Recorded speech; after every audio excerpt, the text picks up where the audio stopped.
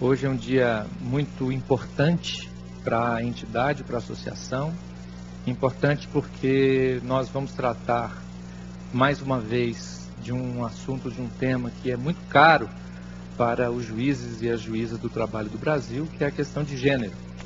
E de que modo nós, na nossa profissão, na nossa atuação, e também como cidadãos, podemos contribuir para a igualdade de gênero no Brasil.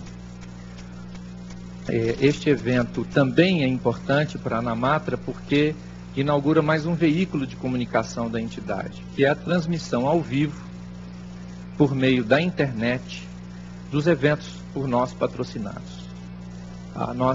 O nosso site, eu não tenho as informações aqui, mas o nosso site é um dos mais visitados entre os sites criados e mantidos na internet por entidades correlatas à nossa. Muitas vezes esse site foi recordista de acessos durante vários dias e ele se mantém nessa posição. Então é muito interessante e é importante a transmissão, a difusão, a divulgação desse tipo de conhecimento, desse tipo de debate para os usuários da web. A ANAMATRA tem 3.500 associados no Brasil, mas o site é acessado por um número muitas vezes superior ao número de nossos associados.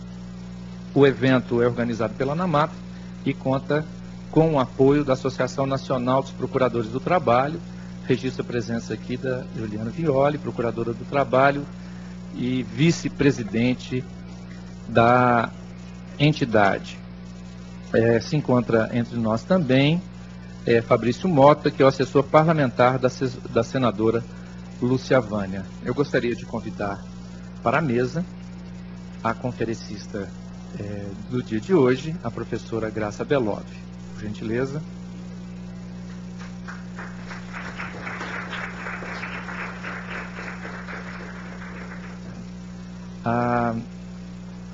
O evento não terá formalidade, eu diria, a organização bem simples. O importante é que nós possamos discutir este tema e mostrar para as pessoas que o assistirão, fica à vontade, professora, que o assistirão pela web, a preocupação de magistrados, advogados, procuradores do trabalho e estudantes em relação ao assunto.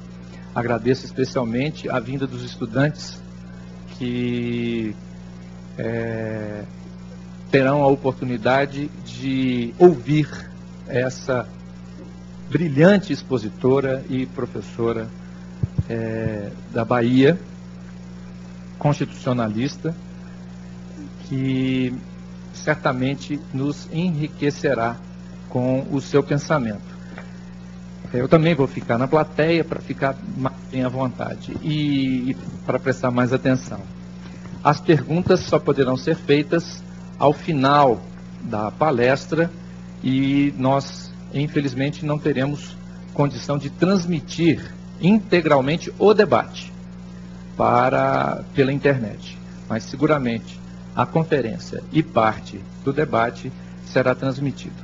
Antes de passar a palavra para a professora Graça, a Viviane fará a apresentação da professora. Bom dia a todos. Nossa conferencista de hoje é advogada, psicóloga, professora universitária em disciplinas como Direito Constitucional da Criança e do Adolescente, Direito Público e Privado, Filosofia do Direito, Psicologia da Criança e do Adolescente e Ética.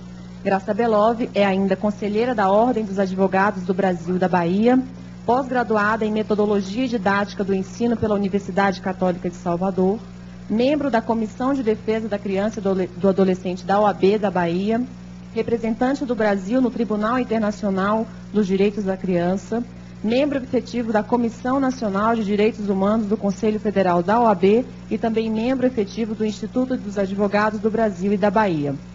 Nosso evento de hoje está sendo transmitido ao vivo pela internet. Por isso, pedimos a gentileza de manterem seus celulares no modo silencioso e não circular em frente à bancada da palestrante no decorrer do evento. As perguntas dos participantes também deverão ser feitas ao final da palestra. Após o encerramento do evento, convidaremos a todos para um brunch em nossa sala de reuniões. Passo a palavra imediatamente para a nossa conferencista de hoje, a doutora Graça Belov. Por favor, como eu costumo fazer, e para ninguém tomar susto absolutamente, em primeiro lugar, eu vou agradecer, claro, o convite, e vou ser muito honesta. Normalmente as pessoas dizem assim, eu estou muito honrada. Eu me sinto honrada, mas eu sinto mais do que isso. Eu sinto prazer, então eu queria confessar que eu sinto um grande prazer de estar aqui. E vou agradecer assim, por ordem. Primeiro, agradecer a Ana Matra Nacional, que me convidou através da pessoa da doutora Fátima Stern, que representa a Matra de Salvador, Bahia, e que com isso me deu um voto assim de confiança, né? Quer dizer, vou levar uma baiana como eu lá para o âmbito nacional.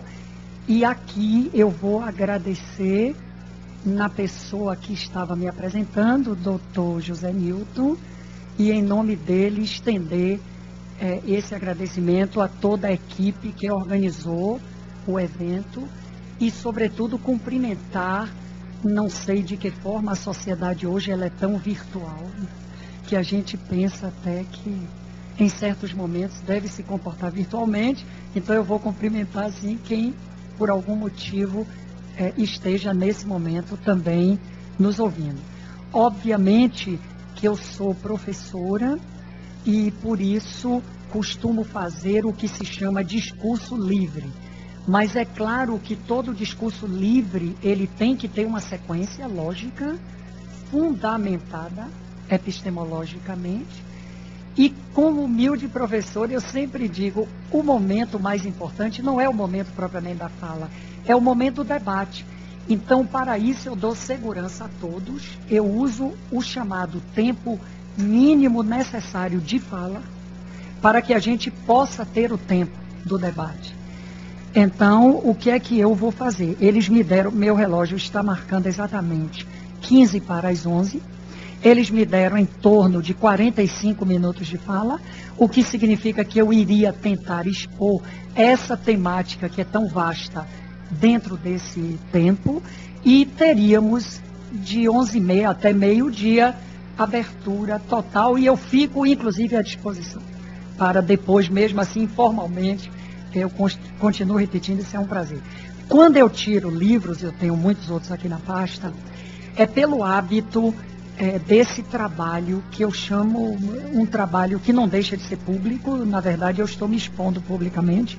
E quando eu apresento pensamentos ou ideias, às vezes quem está me ouvindo já ocorreu. Fica tão admirado depois de assim, onde foi que a senhora viu isto? Professora, onde você leu isto? Normalmente eu costumo mostrar. Então, quando eu coloco livros ou assinalo alguma coisa na Constituição, às vezes eu vou ler o artigo ali, mas a minha fala é uma fala que vai seguir apenas um roteiro. Obviamente que o título da palestra, ele é amplo, né? Essa palestra hoje, ela impõe que eu faça escolhas.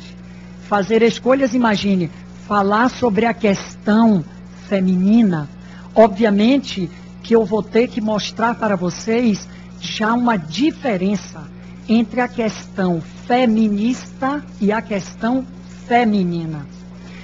A questão feminista, ela foi representada durante o decorrer de todo o século XX, e ainda temos essa representação, mas ela não é mais o marco do século XXI, eu devo dizer isso com razoável segurança.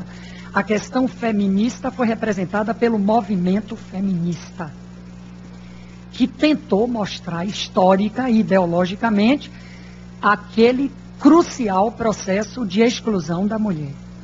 Agora, hoje, já na contemporaneidade, eu digo assim, por exemplo, Norberto Bobbio, eu vou citar Bobbio. Bobbio admite falar em pós-modernidade. Mas existem muitos jurisfilósofos e teóricos, né, da teoria constitucional.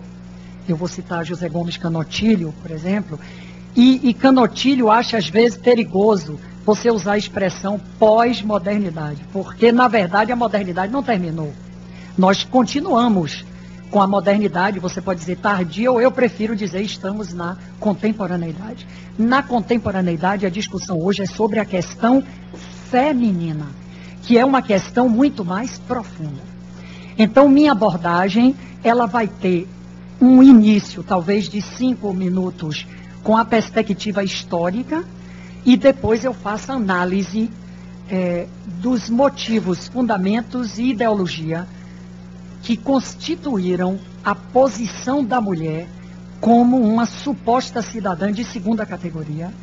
Eu devo dizer a vocês, eu não podia trazer todos os livros, mas eu quero confessar a verdade, eu fui ler desde os gregos, li Michel Foucault, História da Sexualidade, está aqui Hannah Arendt, A Condição Humana, Norberto Bobbio, eu trouxe Liberdade e Igualdade, consegui uma tese de doutorado publicada agora na USP de São Paulo, ela é doutora em Direito Constitucional, mas a tese dela foi o lado feminino da Revolução Francesa, e são dados assim extraordinários, né?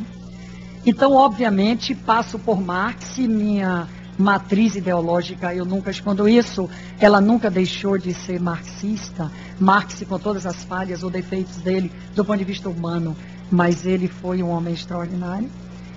E depois que eu mostrar isso, eu vou mostrar os reflexos disso no âmbito jurídico, político e social. E no final, tentar de alguma forma dizer o que é que pode ser feito. Ou se não pode.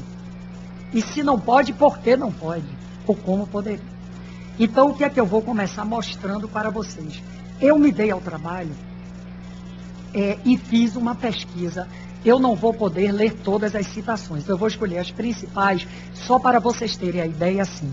Nossa matriz epistemológica, quer dizer, matriz como fonte, como origem, para Marilena Chauí, que além de ser cientista política e filósofa, é uma grande mulher, uma doutora, Marilena diz, nossa matriz epistemológica é grega, quer dizer, a matriz da sociedade ocidental.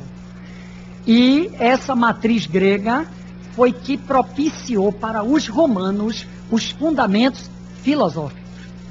Por isso é que os jovens estudantes de direito, os que são meus alunos, entendem rapidamente comigo, e eu fico com Marilena. Eu não posso desmerecer os romanos, jamais o faria, sobretudo no âmbito jurídico. Mas os gregos tiveram supremacia civilizatória. Marilena disse isso. E por quê? Porque os gregos deram ao mundo, ao ser humano, as 3 perspectivas existenciais. Os gregos deram a noção de tempo, com Deus Cronos, cronologia, a noção de espaço, com a geometria, e a noção do ethos, a ética. Então Marilena diz assim, eles são insuperáveis. E os romanos tinham tanta consciência disso, que beberam na fonte grega. Claro que qualquer estudante, aluno de direito, ele sabe assim, o nosso direito veio do direito romano, mas ele veio cunhado pela matriz grega. Porque os romanos, qualquer livro de direito romano diz isso, os romanos foram muito pouco filósofos, e foram muito mais juristas. Aí todo mundo vai compreender rapidinho por que os romanos foram absolutamente privatistas. E os gregos publicistas, é claro. Porque os filósofos foram aqueles que trabalharam com a noção de espaço público, com a polis. Então os filósofos ficaram com o público. E os romanos que se interessaram apenas na filosofia grega. E aí eu vou mostrar o que é na nossa fala, o que é que os romanos absorveram em relação à mulher. Ora, o que interessou. Então interessou a perspectiva da mulher no âmbito privado.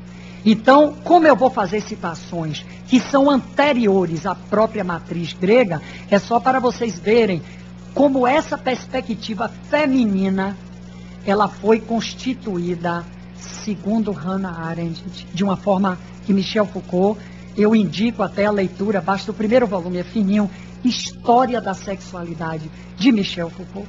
Então, Foucault vai dizer que foi muito perverso o que fizeram com a mulher.